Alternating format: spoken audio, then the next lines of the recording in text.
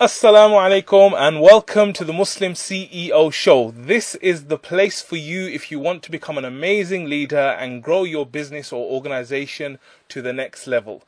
So I'm your host and brother Mohammad Arshad. The way we become amazing is by learning from those that have already been there, done it and bought the shawar kameez. And so I am so honored today. I'm really honored, alhamdulillah, to have with me the great Adeem Younis. Assalamu alaikum Adeem. Wa alaikum assalam. I definitely got the shalwar kameez on today, bro. Oh yeah, perfect. It's Friday. It's the dress down Friday, so us Pakistanis coming out shalwar kameez. So is that something you do regularly, right? Wear shalwar kameez and stuff? Yeah, well, I mean,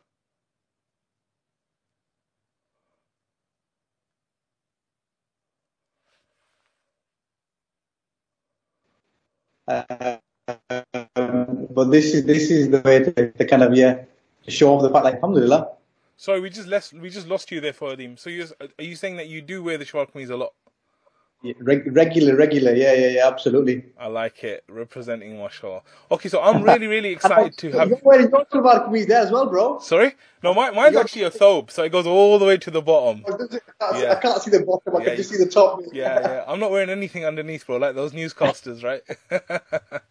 So I'm super excited to have you on the show. This is, the reason why, because I believe you're a true master of entrepreneurship and growth, mashallah, tabarakallah. And there's so much we can learn from your journey. So what I want to do is just give a quick intro for anyone that doesn't know you. I just want to give a quick intro, right? So Adeem, if you don't know him already, he's a multi-award, and I mean multi, like loads of award-winning chairman and founder of some absolutely massive and successful Muslim organizations. So there's the global charity that is Penny Appeal, and the matrimony platform Single Muslim, which is, I didn't know this, but it's the biggest Muslim website in the whole of the UK. And if that wasn't enough, you should know that he spends his spare time running marathons, taking walks with lions, yes, real lions, and he's even a Guinness World Record breaker, not once, but twice. Bro, you're making us look bad. Oh man, alhamdulillah. So bro, jazakallah khair for joining me. Like I said, I'm really excited because I believe that your vision, your experience is amazing, and the impact you've had is unbelievable. I mean, there's going to be children who are going to be born, alhamdulillah, because of like the work you did, man, and all that stuff. That's deep. You know what? We were set up nearly 20, well, if I'm being precise, 19 years ago. So those children that were born as a result of the website in the first year of us launching, and there was many, are now at the age of eligibility at 18 years old to go back on the website themselves. That's so deep. That's amazing. I love that. Okay, amazing, mashallah. So the first question I got for you, Adeem, right? This is like unscripted, right? What was 10-year-old Adeem like? 10-year-old Adeem like? I can't remember a lot about what I was like at 10 years old. However, mainly from family, and they tell me now, is like, I loved making things. I loved Lego. I loved just kind of like just making things in the garden, and I remember a little bit of tree houses, whatever it was, just kind of like finding old caravans and just like making little houses in there, and just kind of like just going on little missions, I guess, and just getting out there and exploring, pushing myself, and just pushing boundaries. And what did you want to be at that age? Do you remember when you were younger? Like, what did you actually want to be when you grew up? It might be the wrong thing to say, Go on. at the moment, but I wanted to be Michael Jackson. Okay, amazing. All right, that's good. The moonwalk, man. I was like doing the moonwalk to school and back, that kind of thing. But can you still moonwalk? That's what I want to know. The kids, I'm sick at moonwalking. I'm a pretty good moonwalker, definitely. Well, I want you to send us a clip afterwards so I can edit it in there. Amazing. Okay, so Adeem, like, it's very strange because for me, like, obviously I've known about you for a while. And I've known you about like Penny Appeal and this stuff. But as I started looking into it, I was like I'm inspired very easily. I see a brother on the street, he's just doing something very small. I get inspired very easily. But it takes a lot to impress me. And as I was going through your stuff, I was like really impressed, mashallah. And then at the same time, I was looking at you, I'm like, this brother seems so down to earth and things like this. So, like, tell me, like, how did this all start, bro? How did we get from, like, just being that kid who plays Lego to actually, having the biggest site in the world when it comes to marriage and stuff for Muslims? Yeah. No, I think firstly, it's all a blessing from Allah subhanahu wa ta'ala. everybody tries hard. It doesn't matter who you are. If you're a billionaire or a trillionaire, it's because Allah subhanahu wa ta'ala has put you there. And if you're working the hardest you can and you're grafting and you're not able to even pay the rent or pay your way, that's because of Allah subhanahu wa ta'ala as well. It's not because you're trying any harder or you're any smarter or you're any better in terms of your abilities. It's just because you've not been given that opportunity. But in terms of the story, my journey really began when I was 8 years old, and tragically I lost my father. I lost my father, and at that time I didn't know how much of a big deal or an impact that would have on my life as an individual. I remember taking daffodils from the garden to the hospital. I knew my father wasn't well, but taking daffodils for him. And it was quite serious because the imam used to be there on a regular basis, and a lot of the family travelled from up and down the country, even from abroad, to come to. So as a child, I knew that there was it was very, very serious. But you take things for granted. You're thinking, okay, that's the new norm. Father's going to be in hospital. That's it. And then one day I came back from school, and I remembered we lived in a mid-terraced house, and the street was just jam-packed of cars. You just couldn't get anywhere because of the cars. And got to the house, and there were just shoes littered outside on the street, in the front garden, and the hallway was just crammed. And I walked in, and everybody just looking at me and staring at me. And then my father's coffin was in the hallway, mid-terraced house, very narrow. Half of the hallway was taken by a coffin. And my auntie's she's looking down at me, and she's saying, "What's going to happen of you? What's going to become of you? What's going to become of you?" And she's looking up, and she's saying, "God, why have you done this? Why have you taken his father? What is he going to do? He's never going to be able to do this. He's never going to be able to do that." And literally just there and then, she just made a judgment. This is you now. You're done. You're finished. There's nothing more. I'm thinking to myself, oh my God. And just that I think I buried that in my head for so many years. And only recently have I started, when people have, like yourself, Arshad, when people have said to you, okay, what's your journey? Where have you come from? Why have you done this? And I've started revisiting that memory. And I think I hid that for many years. And I remember as a child at school, we were in the playground, and one of the children in the class came and says, "Oh, Adeem, your father's called deceased." So I used to know your father's called John and your father's called Mark and whatever. Adeem, your father's called deceased. And I didn't have a clue what he was talking about. My father's called deceased. And anyway, we went back to class, and the teacher's like, "Calm down, everybody. His father's not called deceased. His father is deceased, which means his father's no longer here." And then everybody started treating me differently in school. It's like, "Oh, Adeem hasn't got a father." And I guess at that point you think to yourself, well, you know what? I don't want to be any less than anybody else. Okay, Allah subhanahu wa ta'ala has dealt me this hand, and you've got to deal with the hand that you've been given. So I haven't got a father. It just doesn't mean that I'm disabled in some way, or doesn't mean that I'm any less than anybody else. It's just that's just the way it is. Some people have got different, you might be able or disabled in many different ways. But it wasn't just at school. I guess it was at home as well, when people were, this is Younis's son, not that Younis. This is this Younis who's not, passed away. This is so-and-so. He's a yatim. It became like an identity, right? It almost became like an identity. You're right. And I only kind of like overcame that identity once that I was at high school, I guess. And I didn't want people, because it was a new set of friends and a new environment. People didn't know me, so I didn't tell people about my home life or what my personal circumstances. My high school, literally, there's three Asians in the whole of the high school, so it was a very white, kind of like middle class high school as well. So there wasn't a lot of kind of like friendships where people would come to the house and whatnot. So but that's when I started to, I guess, create my own identity, like you said, and even more so when I was at college, because I studied design and marketing, and I had, like a big component of that was IT, like digital now. And it was only when my teachers, Tony and Ron, who really believed in me and said to me, Adeem, you're really good at, you've got this natural ability for marketing and design and IT. I saw them as almost like these role models, because they had done what I wanted to do.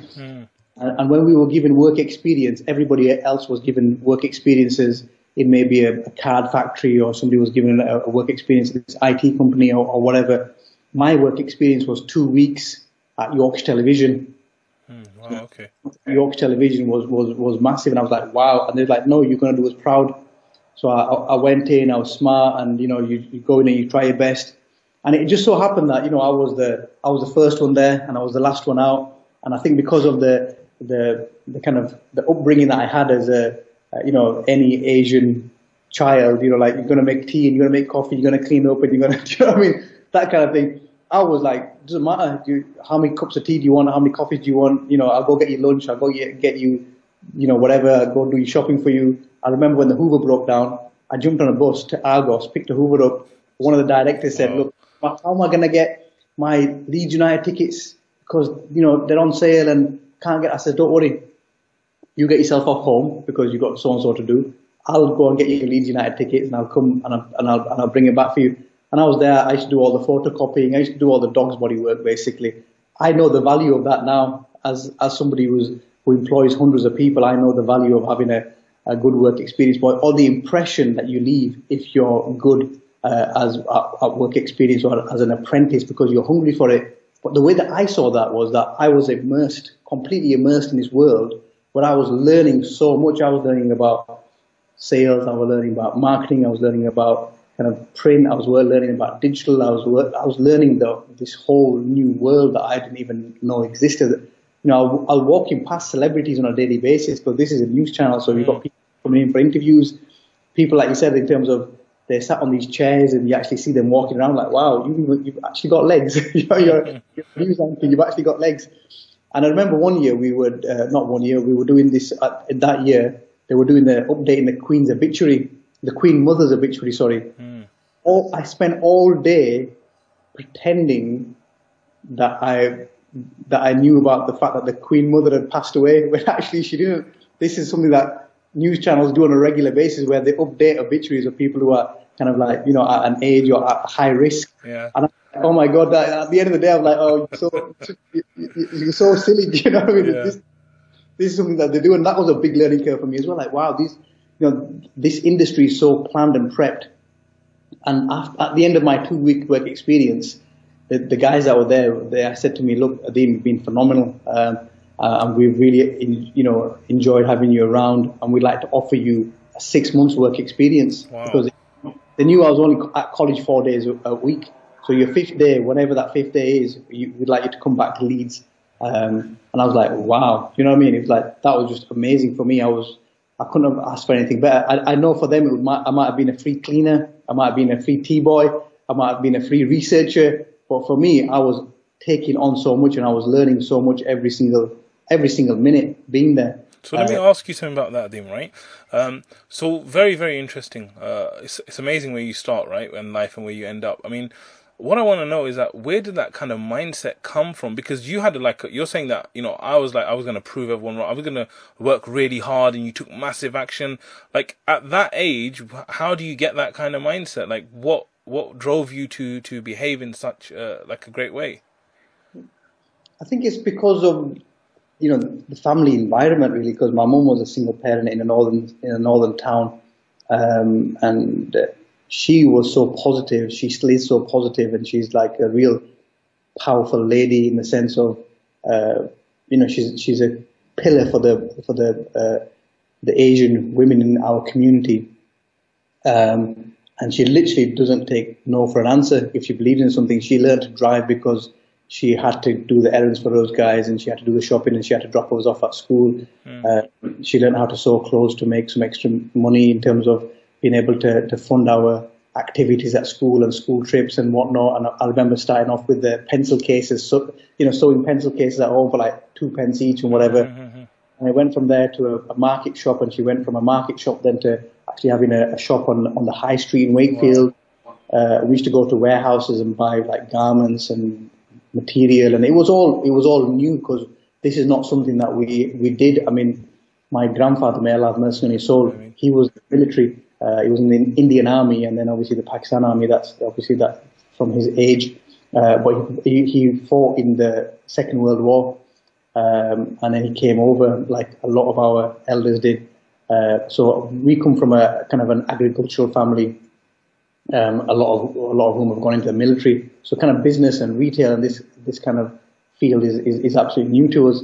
But it's something that my mum did, and she just did with a smile on her face, and she did just by plowing through. And I learned about relationships, and that was just normal. For me, seeing that was just, this is how life is. You graft hard on a Monday morning, and you graft hard on a Friday night, and you graft hard on a Saturday, 7 days a week. You know, we didn't really have many holidays apart from when family or friends were like, okay, why don't you come with us? And, you know, we were the kind of family or the people that came along because we got the invite, not because we could afford it, kind of thing. So it's just, it absolutely is a mindset. And again, you know, my grandfather, he came to live with us after my dad passed away. And he kind of like told me how in the military, how you'd polish your shoes and how you'd put your socks on, you fold your trousers, and how you'd kind of like, you know, maybe do this in the garden. And, you know, I remember back in those days, you know, you make and mend, you know, so the nails of, when you pull a nail or a screw out of a door, you batter it with a hammer and you straighten it out and you put it in a box. And then when you need the nail or screw again, you wouldn't go to B&Q and buy a new nail. You'd use one that you just pulled out. Oh no, so true. Do you know what I mean? So the shelving, like, you've got a beautiful shelf in the background. There wasn't any of that. I only started to go out and buy things like that when I had my own business, and the business was being, you know, alhamdulillah, started being successful. Before that, it was you just recycle everything. You'd recycle a door into a shelf, you'd recycle a shelf into a wedge, you'd recycle a wedge into a part of a shed. Do you know what I mean? So it was that kind of a thing. So alhamdulillah. And so when you got that internship for like the longer period, 6 months and stuff, so you said it opened your eyes to like the digital world and broadcasting and all these kind of things. So where did it go from there then? So I think from there, it just smashed that ceiling. There was this ceiling that we all have as humans, because we're creatures of experience, aren't we? And we're creatures of like learning. If we learn something in theory, it's in theory, then you've got to be practical with it. Once you can do the practical, then you've done it, then it's easy. It's easy in your mind. And I guess I was living the practical life of being able to see and to be involved in a team that was doing these things. And by the time I was kind of like towards the end of my work experience, I was helping in projects that were doing tens of thousands of pounds. Back then, that was a hell of a lot of money for like an identity or a digital brochure or that type of thing. And then I thought, I'm going to go it alone. And I was working in a pizza shop in Wakefield, again, to subsidize my education. That was on a weekend, so you finish college on a Friday, you go home, get changed, go into the pizza shop, spend all night till 4 o'clock in the morning in a pizza shop. And I had a good relationship with the chap who owned the pizza shop, and I said to him, look, it was a double-fronted pizza shop, and it was huge upstairs. And to be honest with you, I didn't really know what I was doing. And I said to the chap, I said, look, I want to start my own business, and I'd like to do it upstairs, in the room upstairs, because there's nothing there. You don't need all that space. You're not using all that space. And he says, okay. He was, a shrewd businessman. He says, you can have the room upstairs if you do an extra shift. And when you're in, if you can turn the pizza oven on at 4 o'clock, and if you let the doner kebab man in. So he got a really good deal, because he had the security during the day, and then I used to let the guys in, the wholesale guys in, and whatever, open the freezer. I knew what I was doing anyway. And that was the start. And that was the start of the business. So when I initially started, it was a web and print design shop. And I remember stood upstairs in the design agency, the design shop, and I looked out the window. And I was looking out the window, I was thinking to myself, I've got so much experience, alhamdulillah, at that time, because the industry that I'd been in, the agency that I'd been in. And I thought, how do I tell the world about my experience? How do I tell the people on this road about my experience? Cars driving past, people driving past. And that's when I knew I had to push out the concept of marketing and turning on the light bulb for people to know that I'm here. And it was a huge challenge. You know, like now we've got a massive startup business challenge, culture, entrepreneurial culture, startup culture. Back then there was none of that. And, you know, you were mad to be starting up your own business. I mean, what is that? Why are you even doing that? So I got, you know, a few people that I knew from college and friends and family members, and I just kind of like immersed them together, and they started helping me out in kind of setting up the print business. And our first client was actually quite funny because it's just one of those, alhamdulillah, you know, I guess if you've got the mindset of doing something, the opportunities come your way. But when an opportunity comes your way, you've got to see it as an opportunity. You know, some people see it as a threat, other people can see it as a disadvantage. Other people, you've got to just have that mindset that this is actually an opportunity. We can do something with this. So I remember stood at the queue in Staples, and I was there to buy a document or something. I can't remember. There was a chap in front of me, and he was complaining about the cost of printing some brochures, because he was actually manufacturing brake drums and discs. So he's in quite a kind of a manufacturing field, very boring. They do brake drums and discs for the big commercial vehicles. This is so expensive. How can you charge this? La la la la la.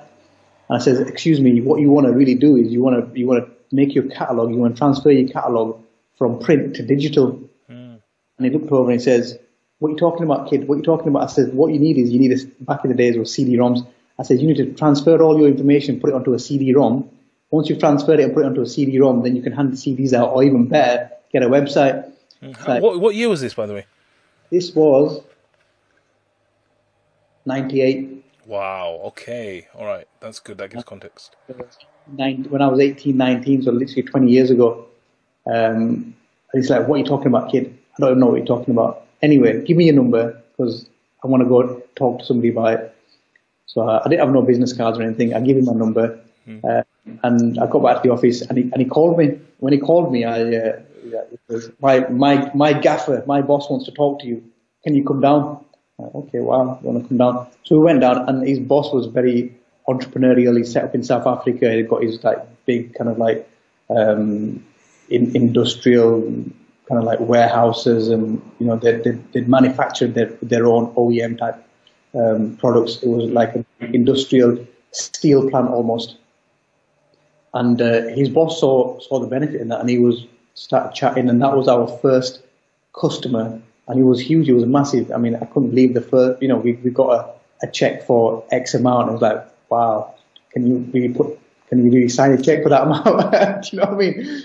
It's like my house is worth less than that. you know what's amazing, Adeem, is that firstly, I hope that everyone watches this interview that knows you. Why? Because when they see someone like you, they think, like, this guy, you know, he just overnight success. They don't see the hours you put in the pizza shop, right? They don't see the doner kebab that you helped to load, and they don't see all of that stuff. They just see this guy who's done amazing things, right? So there's one thing there in the sense of like this. There's a real like decades of journeying to get to where you need to get to, right? And then the second thing is how the qadr of Allah, like, you were in that queue at Staples at that point, right? Imagine if you had got to Staples 5 minutes later, or 5 minutes earlier, or something like that. And then you're saying this client was actually a big client, your first client, which probably gave you a massive boost and a big confidence thing as well.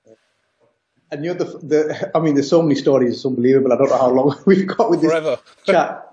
I remember I invited him to the office, and I said, "Come to the office, and let's have a pizza." So this guy was like a private educated, really well spoken Scottish man, and he had his suit on and he had a cravat on and the pocket square. Okay.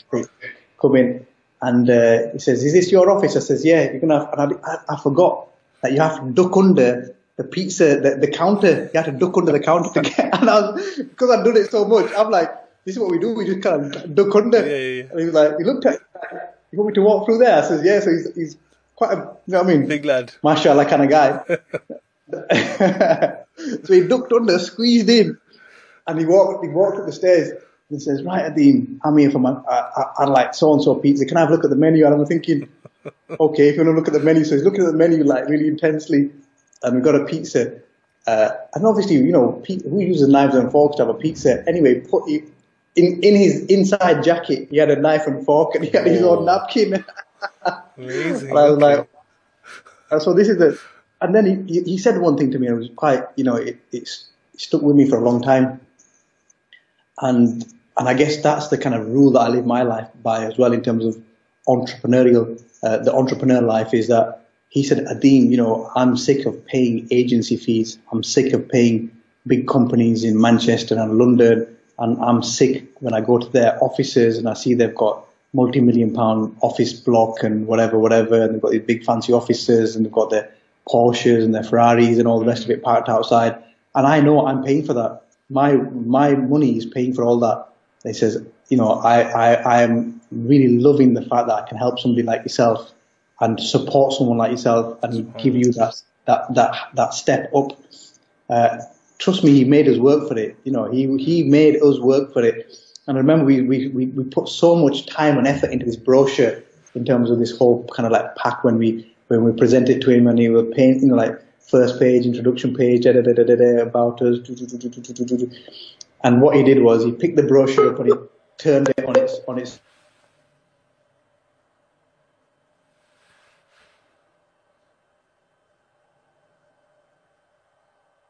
For him, it was about. He knew what he was getting himself into because he'd seen the setup, and he'd had a sample of the work. But he looked at the price first, and he started. I was like, okay. So you know, we learn from other people's behaviors, and we learn from how people treat us in terms of how we want to be treated, and also how we want to be treated all the time. And I guess for myself, it's about being self-funded. Alhamdulillah, you know, with the blessings of Allah. But also just about learning on the fly, you know, constant learning. And I go back to the challenge, you know, there was a big challenge of finding more customers and clients. And the first one just dropped in our lap. It was just like, wow. And then after that, it was a case of you've got to go pitch and you've got to go get this job and you've got to go get that job and you've got to go pitch again and you've got to be in the running for this and you've got to network here and there and everything. And it's like, my God, this is hard work. Because I guess about half of your work isn't actually doing the work. Half of your work is actually finding the work and like selling yourself and getting the work in. And then I guess I was, you know, in a, you know, whilst I was going through that challenge and that huge challenge at work in terms of establishing the business and establishing what we were about and exactly where we fit, there was a huge challenge at home. And the challenge at home was my mum wanted me to get married because I was the eldest out of three. My mum was like, you need to get married. In fact, you're going to get married to your uncle's daughter in Pakistan. We're going to get you married to your uncle's daughter in Pakistan. And here's a photograph. And the photograph was on the mantelpiece as you go in on the fireplace. It was there. And my mum was like, you're getting married to your uncle's daughter in Pakistan. And she's going to make some lovely chapatis for you. She's going to look after you. And I think in a selfish way, my mum was like, you know what? She's going to look after me as well. She's going to come home and she's going to really look after me. And I'm going to have somebody to talk to and all the rest of it. And we'll have, you know, we'll have grandchildren. I can look after his grandchildren. So, but alhamdulillah, it was a difficult time because, you know, like you know you want to pursue your career, you know you want to pursue your passion, but then I guess you have a duty as well. And Islamically, you know, marriage is half our faith, and you know deep down you want to do the best you can for yourself and for your religion. But also, I did feel that there was a burden of responsibility on my shoulders to make sure that my mum, you know, she was being looked after, but also that my mum was happy with my decisions. And me being the eldest of three, I was being a good role model to my two younger sisters. And my mum said to me, you know what, you can get married to whoever you want. And I said, oh, really? I thought you wanted me to get married to my uncle's daughter. She goes, no, you can get married to whoever you want if you've got somebody. But if you haven't got somebody until summer, we're going to go to Pakistan and we're going to get you married in summer. Whoa. Wow. You know what I mean? You've been telling me, I've been, you know, all my life you've been telling me not to talk to girls and girlfriends. And now you're saying, go find one. I'm like, where do I find one from? Do you know what I mean? You've been, you know, slapping my ass saying, don't you dare talk to girls and it's haram to have a girlfriend and da-da-da-da-da. Like, okay, wow. So I went back to the office and I was scratching my head thinking, okay, and talking to people and being at that time, and I guess still at this time, it's a challenge of a whole generation. The challenge of a whole generation is how do we find a suitable, compatible marriage partner? You know, because it's not easy. Because we live busy lives, and we're in pockets around the country. Yeah. And if we're in a certain profession, we're not going to bump into somebody in the office because you're just not going to meet a suitable. There's not enough choice for starters. So where do you find somebody? And there's a little bit of an industry now in terms of marriage websites and marriage apps and so on and so forth. But we were literally the people to kind of start off that whole kind of industry in the sense of making the search digital, taking it onto a digital platform. And that's what I did. I kind of set up, and the guys at the office thought I was completely doolally. I said, look, my mum's asking me to find somebody and I can't find anybody. And I think this will be a really amazing opportunity for us to set up a website. We're going to call it Single Muslim, and we're going to launch it, and people are going to use this. It's going to be a profile-based marriage website. And they were like, I'm not sure, Adeem. I'm not sure how that's going to work. You know, everybody's doing their own. Anyway, I kind of like pushed it as a bit of a pet project at the same time, trying to keep the business afloat. And sure enough, as soon as we launched it on the first day, as soon as we pressed that button to make it live, we had registrations coming in. We had loads of registrations coming in. And then we had to, you know, the early days of SM were just pure hustle. Hold on 1 second. 1 second. Most of the people didn't even know. Adeem, how do you go from your mum saying you got a few months to find someone to I'm going to set up like a website? Like, I mean, is it just you saw the problem and you thought like this is going to work, or like how do you go from that to that? Because they say the necessity is the mother of all action. Sururat ijad ki maa hai, they say in Urdu, right? Yeah, the ma is the ma, you know what I mean? My ma at home was telling me, if you don't find somebody, we're gonna ship you over to Pakistan.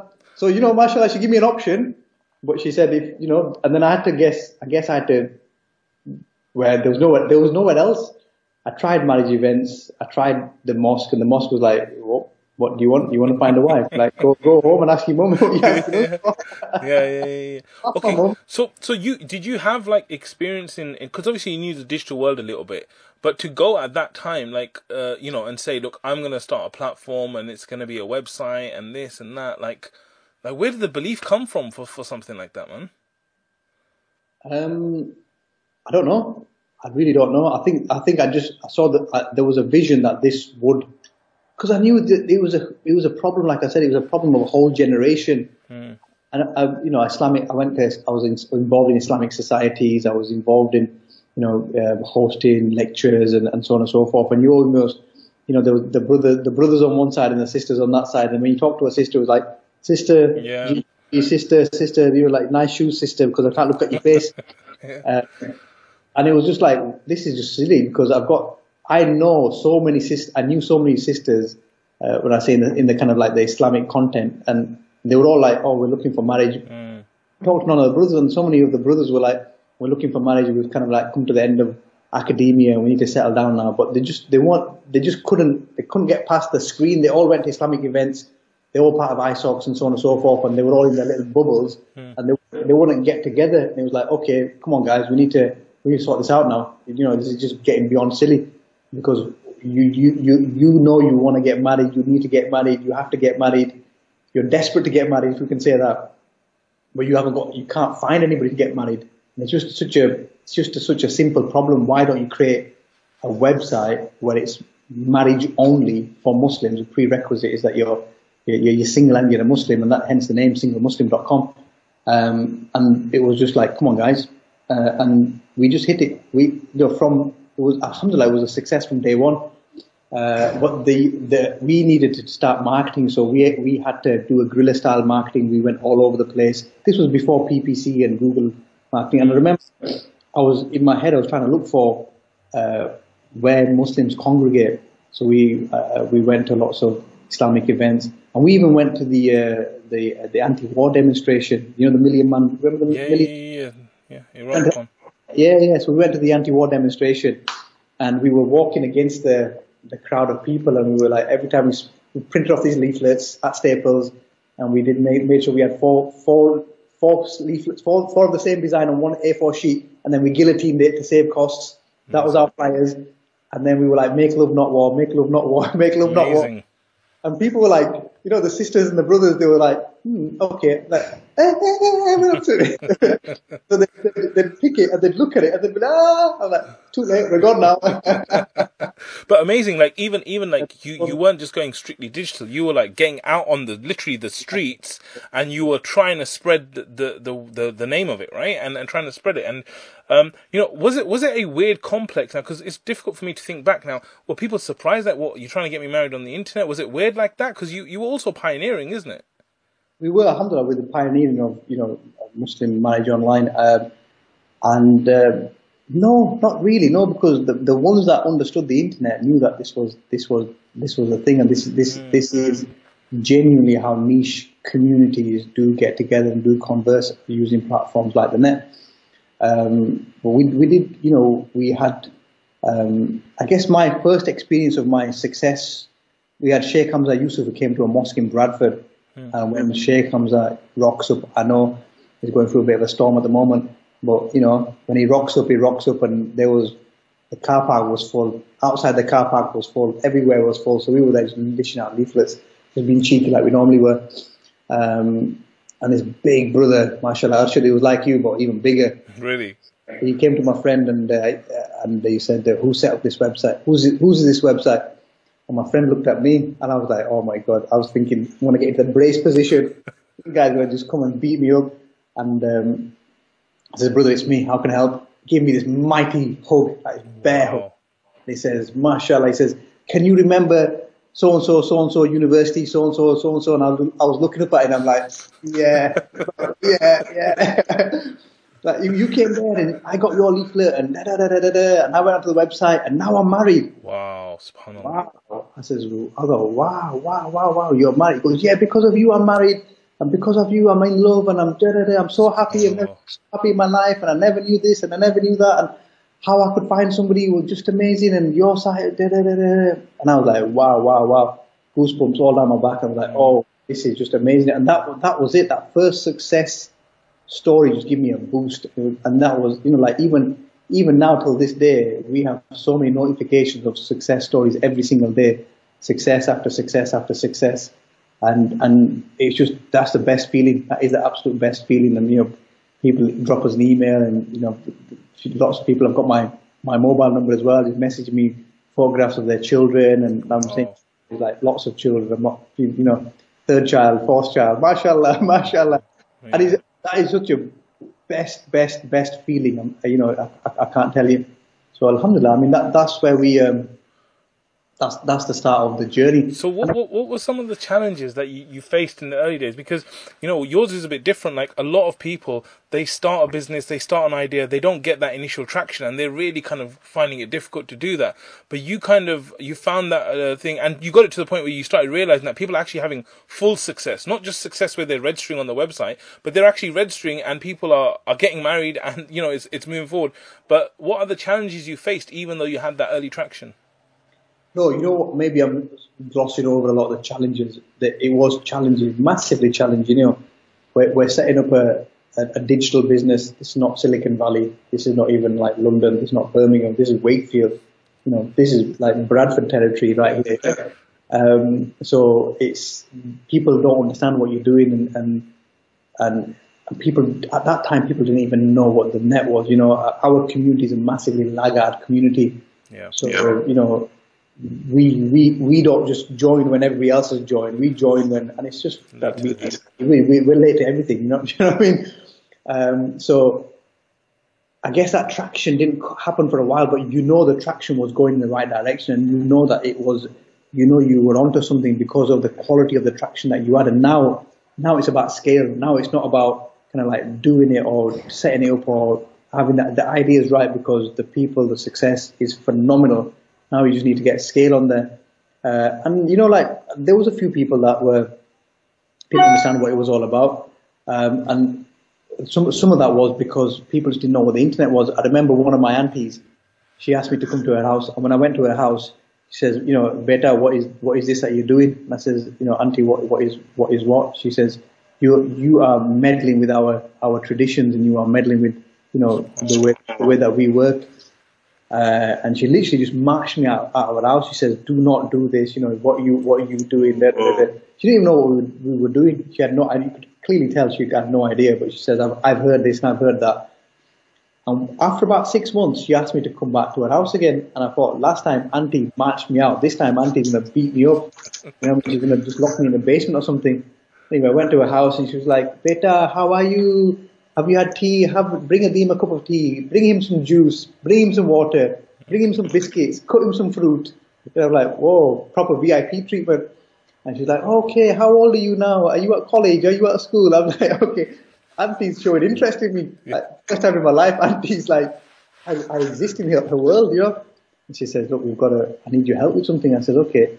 She says, your brother, my cousin, she's a community auntie, says, your brother needs to get married and we're desperate to get him married and we can't get him married off anyway because we can't find anybody suitable.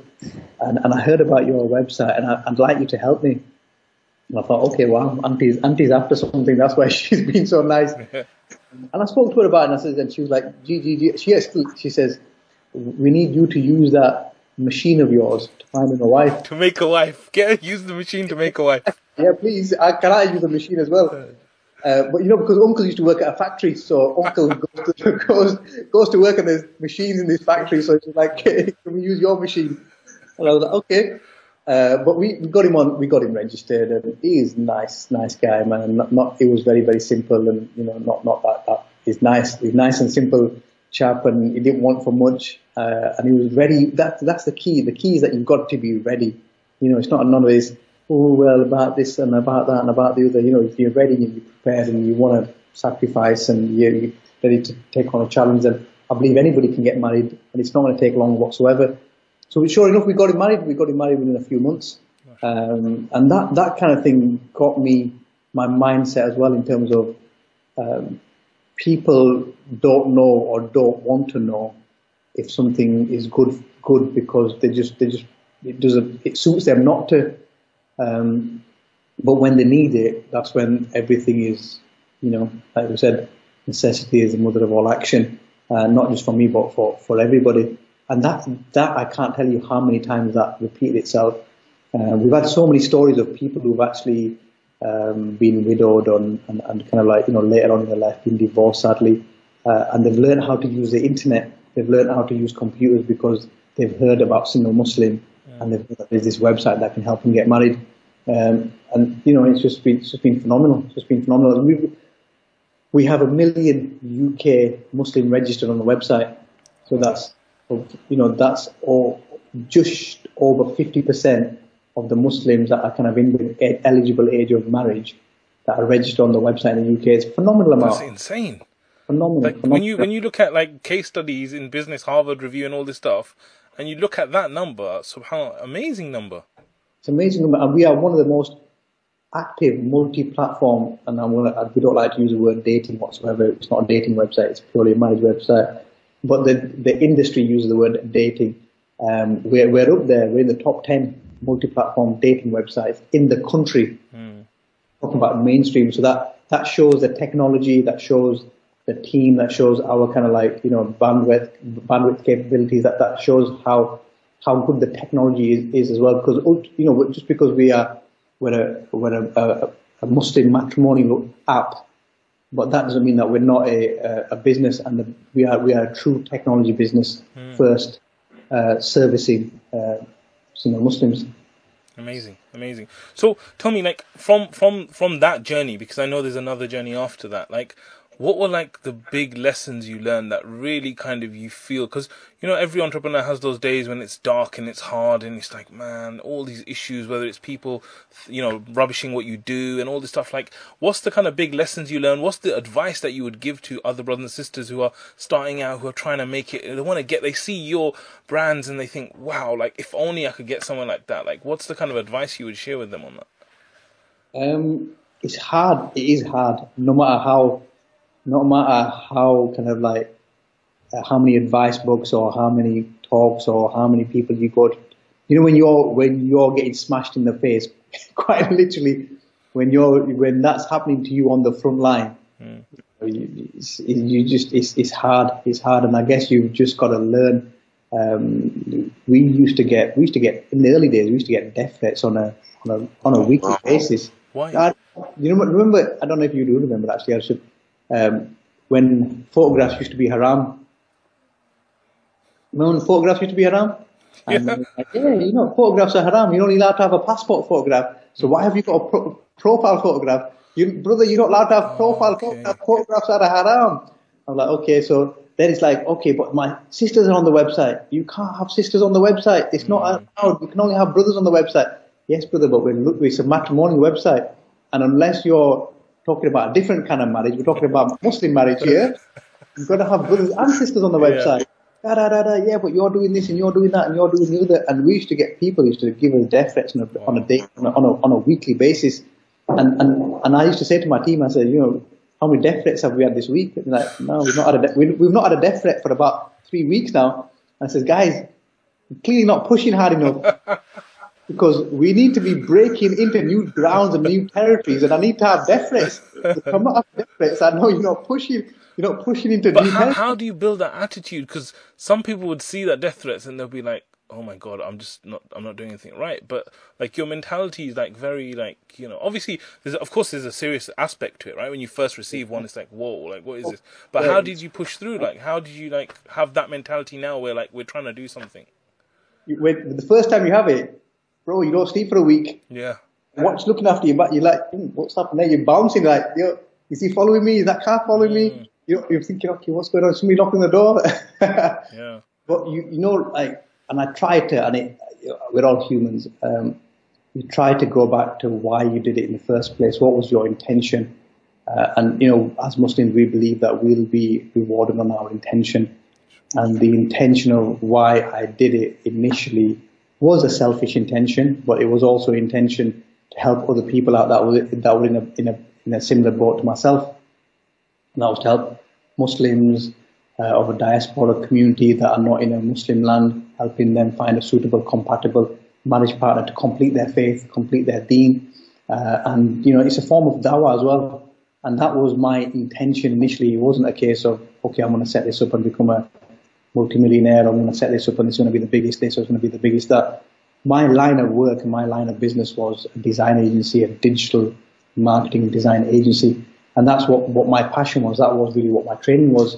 This was like a passion project, and this was something on the side where I thought, okay, let's give it a go. And now again, the school of entrepreneurs and startups and whatnot, they say push the boat out, experiment and trial and so on and so forth, and sets in, that kind of thing. That wasn't the mindset at that time.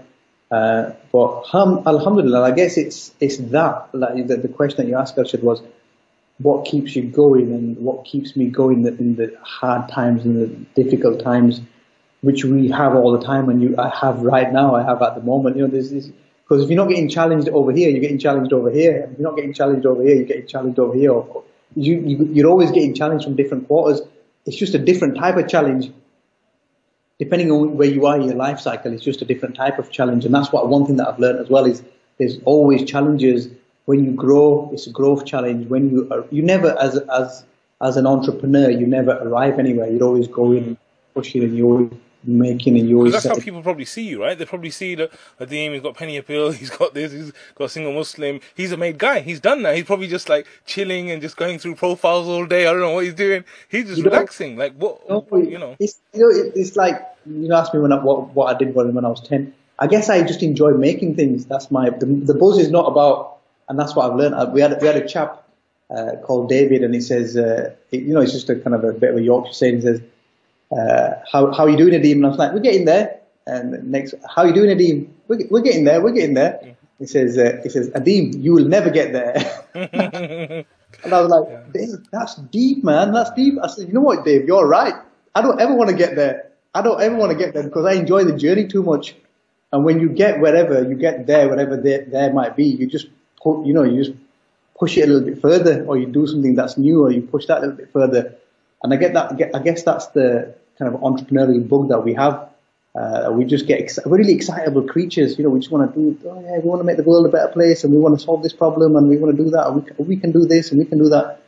Alhamdulillah, man.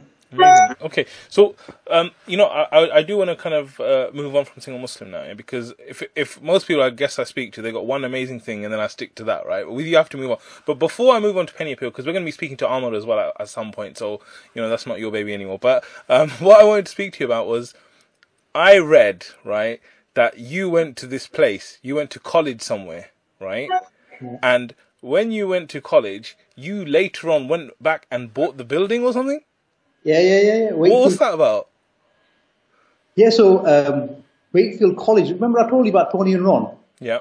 Tony and Ron were my college tutors, and they actually positioned me to work at Yorkshire Television, and in their kind of marketing suite. And then we had can you remember the politician Joe Cox who got murdered? Yes. A few years ago. Penny Peel actually had an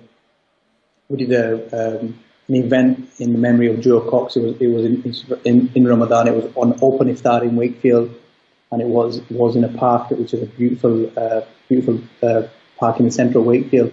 And in the heart of the park, there's a Wakefield College campus, and we did the event there. The turnout was really good. We had some huge speakers. Chief Superintendent Mabs Hussain was the highest ranking officer in Yorkshire. We had Sayyida Wasi was there. We had local MPs and dignitaries and so on and so forth. And just by the event, the park building, and we had to work with local fire, police, community councillors, and the college because it was in the vicinity of the college.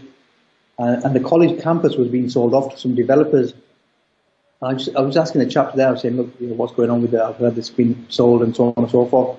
And he said, look, we've just fallen through. The deal's just fallen through because Friends of the Park, who are quite a powerful local group, didn't want a housing development in the centre of the park, even though it would have been a beautiful housing development. So I said, okay, so what's going on now? He said, it's back on the market again. And I said, look, I'd love to move Penny Peel into the park because it's such a beautiful tennis course there, It's just a wonderful place, and there's so many personal memories there as well. And then I guess I just started having a dialogue with the college and the principal and the governors, and they were over the moon, because they saw the work of Penny Peel. They follow me as well, and they were just like, yeah, let's do this. And then we negotiated hard with them, like we do as Asians. We always do negotiate hard. Yeah. And you guys down south, you guys probably won't be able to buy a kind of like a garage or something, or a laptop for the amount that we paid for this huge campus. And that, inshallah, will be the future of Pennyfield. That will be the future home of Penny Peel in Wakefield. So true to the roots, we're going to stay in Wakefield. That's going to be our international HQ. And currently there's an indoor gymnasium, there's a swimming pool there, there's a whole music block, and there's a huge administrative block as well over 4 floors. There's a theatre in there, there's a huge canteen in there. Wow. That's like our kind of future. So it was a college campus, but inshallah it's going to be the future international Penny Peel HQ and campus. Amazing. So it's so inspiring for you to, buy a part of the campus that your college was at. It's an amazing story. My room, inshallah, the trustees will be having the room which was actually my tutor room. That was the room I studied in. And it just shows again, like you sitting in that tutor room all those years ago, you probably never ever imagined that I'm going to come back and buy this place. And you know what? The college, I remember being at that college, and I remember thinking, this is such a big building, because we were in this department over here on this floor, and the building was phenomenal. And when we went in to actually have a look at the size of the scale of the building, just phenomenal, just huge, because they had the arts, and then they had the IT, then they had the library, then they had the science block, and it was just phenomenal. So no way my wildest dreams. I mean, it wasn't like it was a strategy that we're going to go on, this is going to be the building that we're going to buy or whatever. But it was just, again, alhamdulillah, it's kismat, you're at the right place, I guess. I guess it's not even the right place. I guess you're just at that place in time, and it's what you see around you, and it's the kind of opportunities that you see that you can make, because just being there and just saying, hey, how's it going? How's the campus? Even asking, is the campus for sale, or what's going on with the campus is one thing, but then them saying it's fallen through, that's a shame.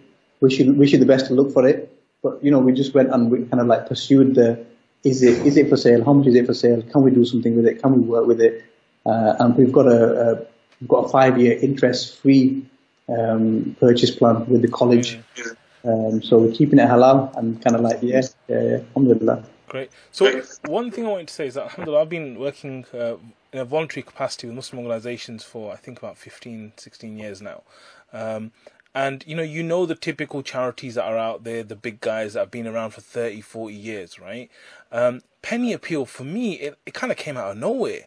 Like, you have small charities, and then you have those mainstream charities that everyone knows about. And now, obviously, alhamdulillah, like, Penny Appeal's up there. Everyone knows about Penny Appeal, right? So just tell me a little bit about, first, like, how did it come from, getting people married to starting a charity? And, like, why did you do it? How did it kind of start? And then how did you get that massive, like, fast success? It looks like fast success from us looking outside, No, alhamdulillah. I think there is a direct correlation, to be honest. Because when you set up a business, like you said, it's been a couple of decades now of hard work. And when we set the business up, it was a good decade, actually, before I set up Penny Appeal. And that decade was full of challenges, was full of like steep learning curves. But alhamdulillah, it was also full of success.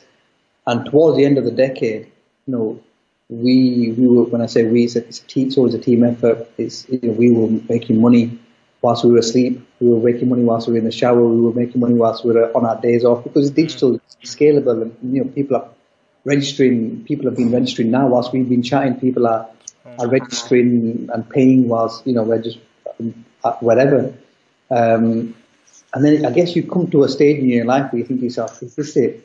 This is you work so hard and you make money and you settle in. It's like, there must be more to life than this. There's got to be more to life than this.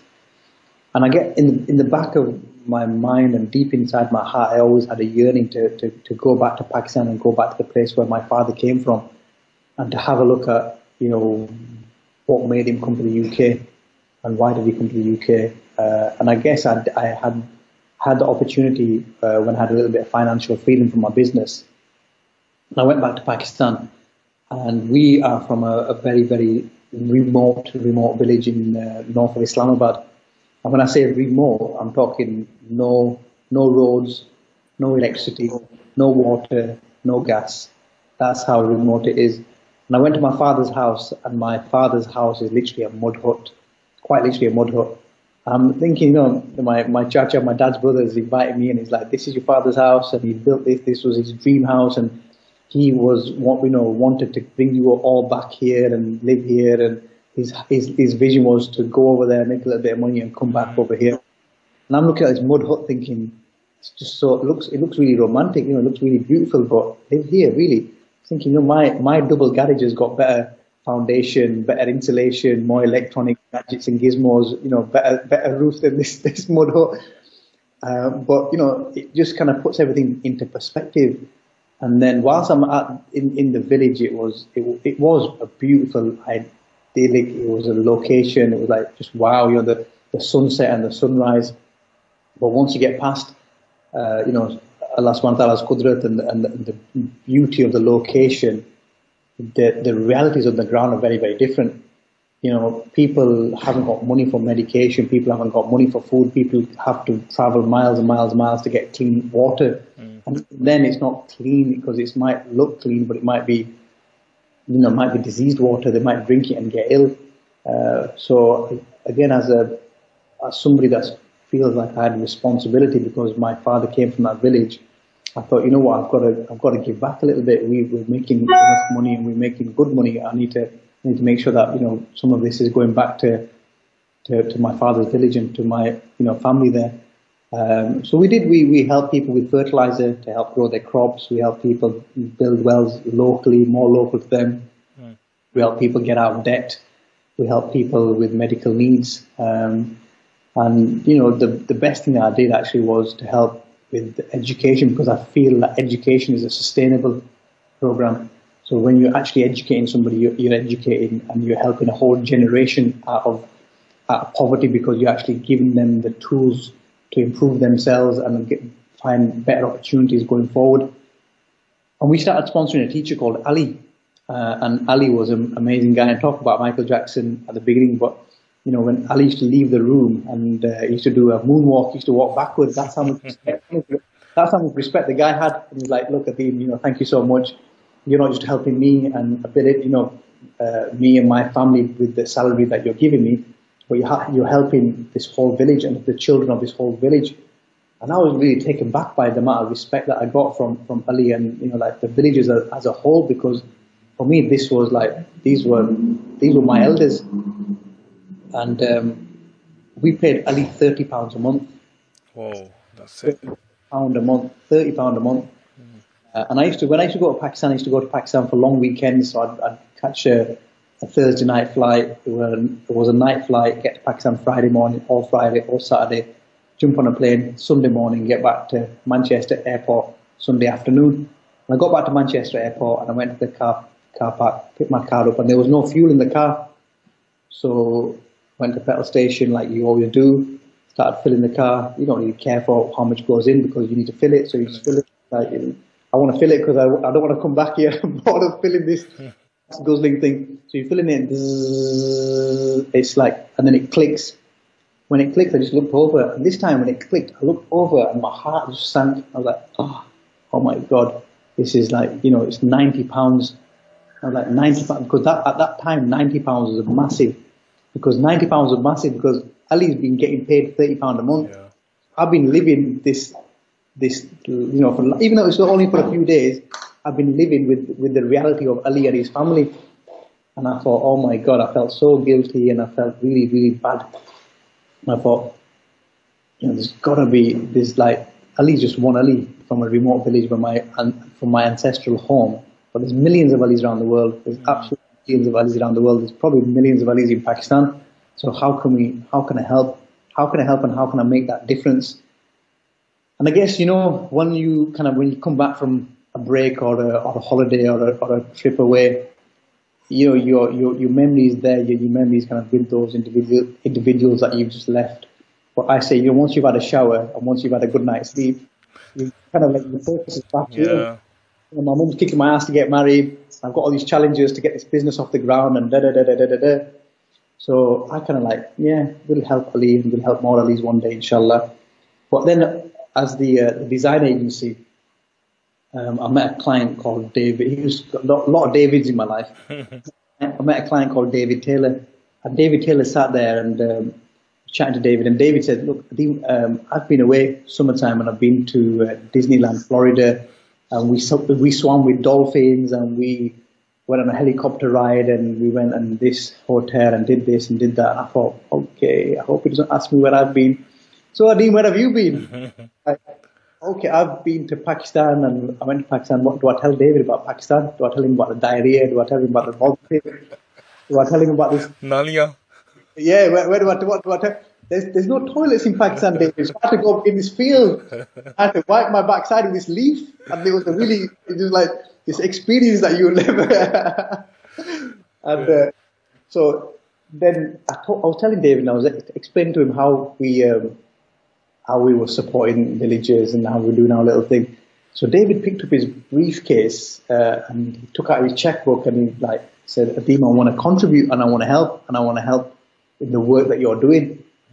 I was, wow, David wants to help wow. I said, David, I can't possibly take your money because if I took your money now and I booked myself onto a Disneyland, Florida trip, you're going to probably thinking, where's he got his money from? I'll give you some money for the project like that.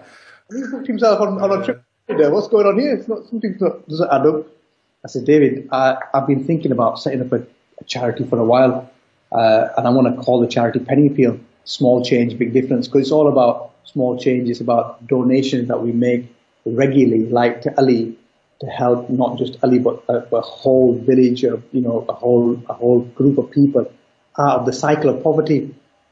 And he says, that's fine, Adeem. He says, you do what you need to do, and when you set up your charity, I want to contribute, so count me in. So it took us a while. It took us about 6-7 months or whatever to set up a charity, because to be honest, we did not know what we were doing at that time. I had to do a lot of research, Charities Commission website, find out what trustee does, what's the roles and responsibilities, and so forth. And some of the charities that you talk about, they were these are big superstar charities to me. These are charities that I've donated to in the past, and I still donate to now. And they say, we're only able to do what we're able to do because we're able to stand on the shoulder of these giants. And I guess that's where Penny Peel started. Penny Peel started with the kind of a really humbling experience meeting Ali in a remote village in Pakistan, but an equally humbling experience meeting David Taylor and his absolute generosity and his ability to trust someone like myself with his donation because he believed that I was, I would deliver it in a sincere manner. And then, like you said, in terms of why Penny Peel has got to where it's got to, I think, it's always about the people. It's always about the people. And Allah subhanahu wa ta'ala has, blessed us with a really amazing group of people, a senior leadership team that's really passionate, and they sometimes put my passion to shame as well. In terms of, I feel like, I've got to drive, and then I'm like, at the end of the day, I'm like, oh my God, I need to sleep now. And these guys are they're just going on and on and on and on. But also because, I guess our experience in the digital field with Single Muslim was the natural catalyst. Because all our learning from Single Muslim, all of our experience in terms of the targeting the Muslim, kind of like Muslim individual, who they are, where they are, how they are, and using that ability, using that skill set to have a digital footprint like no other charity at that time. And I still believe till today we're very, very ahead, leaps and bounds in terms of our social media presence, in terms of our digital presence, and in terms of our kind of just generally online footprint as a whole, as a charity. And that really came because of my kind of personal experience and focus and background in that market. But now, they were the old days. Now the charity's, 200 strong in the UK and hundreds and hundreds of people around the world. And I guess it's taken on the form of the leaders that run the organisation. You're going to be speaking to, I know Ahmad Naima, our CEO, who's really the man behind the vision of a lot of our projects and innovations that we're able to do, and the impact, the real high impact, not just what Penny Peel does here, but we've also got offices in the USA, Canada, South Africa, Australia and Dubai. And alhamdulillah, we're just really blessed with a team that has that ability and that vision to push and really make those bold moves and kind of invest in those ideas that a lot of people say, oh, I had that idea. But like I always say, and I know a lot of people say this, the idea doesn't belong to the person that's had the idea and goes back to bed and has another idea. The idea actually belongs to the person that does the idea and makes the idea into a reality and then can really own that idea. So it's really inspirational. It's really humbling to be part of a team of dream chasers. I guess people who are, I call them the dream team. These are the guys that kind of like the guys and girls. When I say guys, I mean this is of course I do that as well. Guys and girls, yeah. But these are the people that really make the dream happen, I guess. Yeah, I mean, I can spend my time speaking to people like yourself, Arshad. Yeah, exactly. One of the things I really love, because we do a lot of branding and all this kind of stuff is a passion of mine as well. When I see like the name Penny Peel, I'm like, that's a genius name. Like, if you understand the psychology of human beings and giving, I'm like, that's such a great name. And then it's like small change, big difference. I'm like, wow, like, the way these guys have done it. And then, the cup of tea kind of thing and all these amazing things, like, just really, really inspiring to see an organization. And it's great that you're not like those, you're not like an MC Hammer. Okay. And what I mean by that is, you're old enough to remember MC Hammer, right? Yeah. Like, we were excited because he's winning Shalwar, we got happy, right? So MC Hammer's a one-hit wonder, right? Like, he produced this great hit, and it was really great. The whole world heard it, and that was it. And for you, like, mashallah, tabarakallah, to do Single Muslim, and then to kind of shift over to something like this, use the knowledge, use the expertise, to bring it here, I think it's phenomenal, like, what you've done.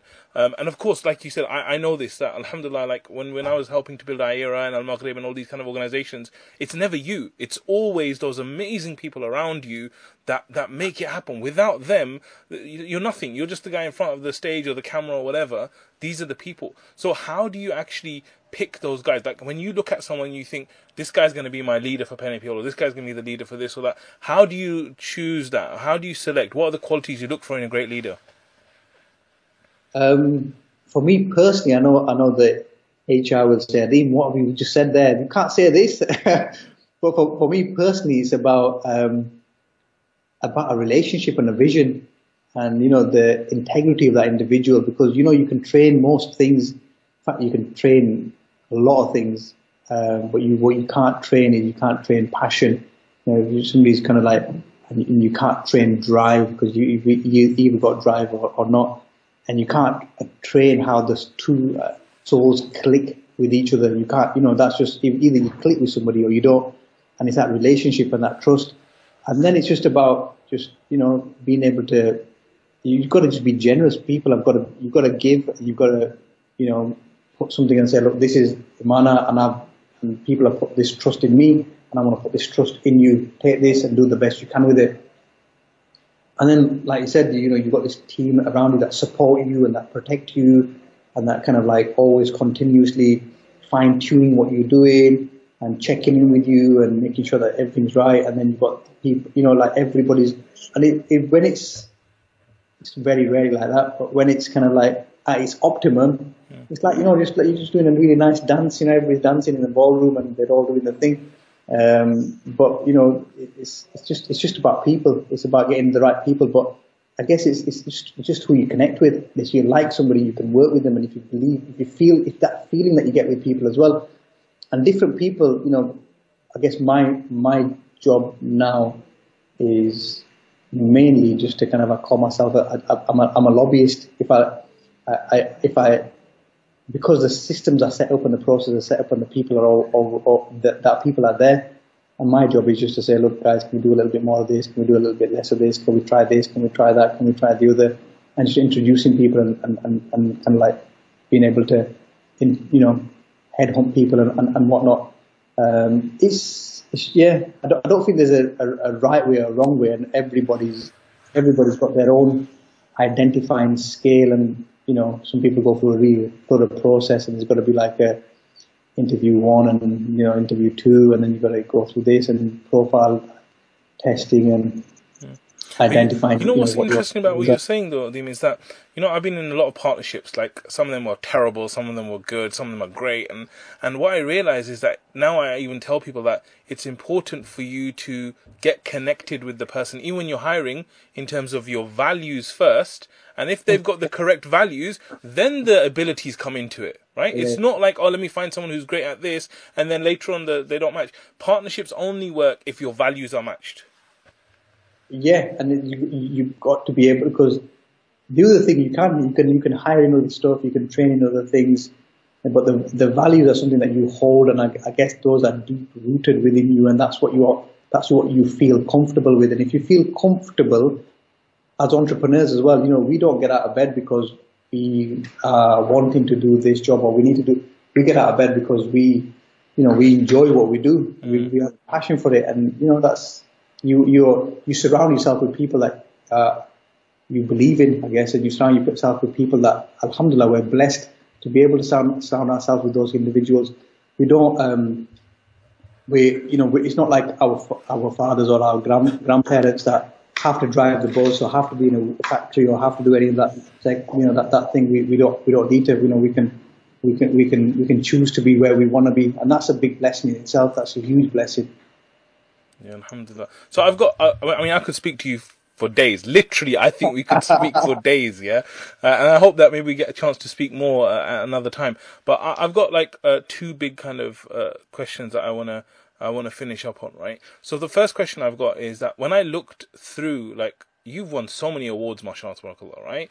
I'm talking like Entrepreneur of the Year award, and this is non-Muslim saying it. It's not like one of those, niche ones where you win it in the Muslim, but you won it Muslim Business Award, non-Muslims, NatWest, all this kind of stuff, right? And then I see pictures of you with the Future King, and I see pictures of you at Towning Street, and like all this stuff, right? But then when we see you and we speak to you, it's like, this guy's like like an up on a guy from local. He's like really nice. So how do you keep that humility when you've had so much success and recognition? You know, how do you do that? It's just when I go home, and my mum gives me a slap around the ear. Oh man, who do you think you are?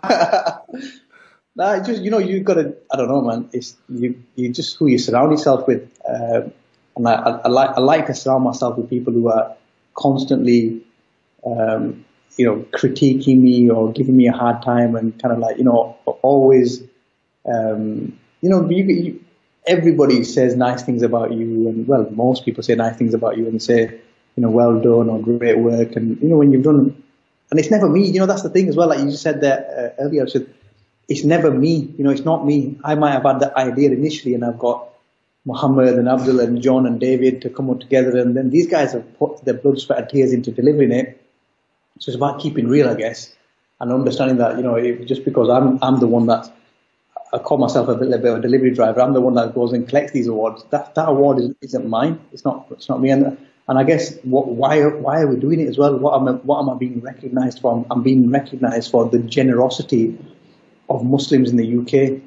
And the generosity of Muslims in the UK who are giving for what? They're giving to help people in Yemen, they're giving to help people in Syria, they're giving to help people in Gaza.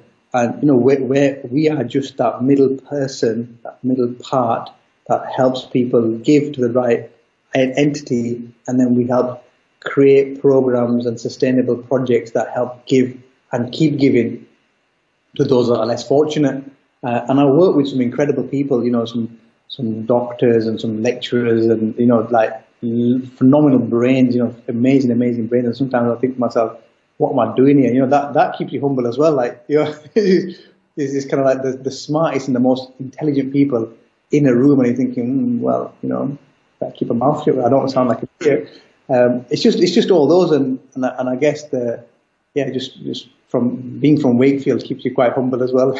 I've got like people from our our village. They're from Wakefield. So next time I come up there, I'm gonna give you a shout, inshallah. Next time there's a family wedding or something. Yeah, inshallah. So, bro, I wanted to ask you, how did MrSingleMuslim.com get married himself? Did you use the platform? Tell me the truth. Did you use the platform and you just sat there and just like scrolled through? Yes, well, I did. I'm not going to tell you anything more than apart from that.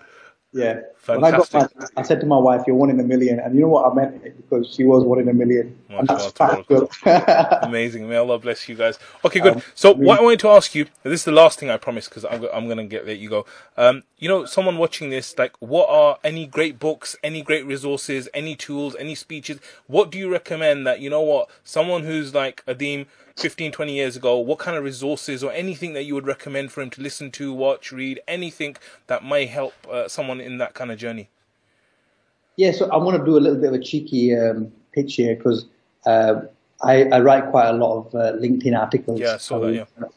And some of the LinkedIn articles are full my experiences, people that I meet, books that I read, and so on and so forth. And in particular, there's a chap called Ambassador Ibrahim Rasool, who's from South Africa.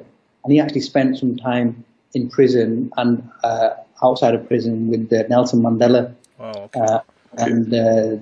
But he came to Wakefield. I call Wakefield the centre of the universe. Everybody should come to Wakefield. He came to Wakefield, and it was amazing because you just learn so much of these individuals. They're just like walking, talking, thesauruses, and their knowledges, and they just ooze wisdom.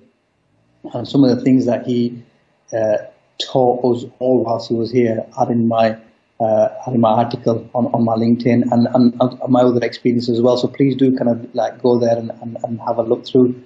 But just the biggest kind of places to learn is other human beings. Surround yourself with good people that are God-fearing, people that are successful for the right reasons, and just spend time in their company and just learn from their traits. It's okay, learning the 10 habits, reading the book that's called 10 Habits of Being the Most Efficient Person in the Universe. But when you know somebody who's efficient and you know somebody who's successful because they're efficient, just go spend a day with them. Just go make cups of tea for them or something and spend a little bit of time in their company, and you'll soon understand why they're efficient. And not only will you understand the theory, but you'll understand it in a practical context as well. That's a very northern way of thinking, by the way. In London, we ain't got time to spend the day with you. A day? Are you mad? But, but no, I think it's such a great point, because you're right. We take so much knowledge from videos and books and stuff. But you're right. Like, just spending an hour or two with someone, or a day, like, you learn so much. Just like, and you learn full exposure. It's not just like one version of it. It's like you're around them the whole time. So deep dive. Deep dive. Amazing. So, Adeem, it's been an absolute pleasure to have you, really, today. Jazakallah khair for all your time and your wonderful advice. I know that everyone watching will be, like, blown away by your achievements, blown away by the advice you've given. And you've really played a part in, inshallah, them becoming even better. And just like you've helped to produce children, I hope you're going to produce amazing brands through others, learning through your experience. Inshallah. Just ask everybody to keep us in their du'as. Keep everybody in du'as. It's a hard time for the ummah at the moment. There's some tough challenges, and especially in the UK as well. We just need to be strong together. And you know what? I think what you're doing here and how you're doing it. Again, a lot of people think about this and think we should do this or we should do that. We should help people. It's amazing. I'm taken back by the fact that you're spending your time and energy and resources in this when you could be doing other things. So you have my full support, and you have the full support of all the organisations I'm involved in. And may Allah subhanahu wa ta'ala bless you and reward you and keep you going strong, inshallah. I mean, that means a lot, bro. Thank you so much. Amazing. Brothers and sisters, this is the Muslim CEO show. I hope you enjoyed the show. It was amazing for me, alhamdulillah, to do it. And if you haven't already done so, please make sure that you go out and check out Adeem. He's got some really cool vlogs and stuff. You should check out his articles on LinkedIn, and you'll see pictures and videos of him walking with lions and stuff like that as well. So make sure you go check him out. Subscribe to our channel, of course. Check out the free training at muslimceo.com. And inshallah, till next time, take care. Assalamu alaikum wa rahmatullah. Wassalam.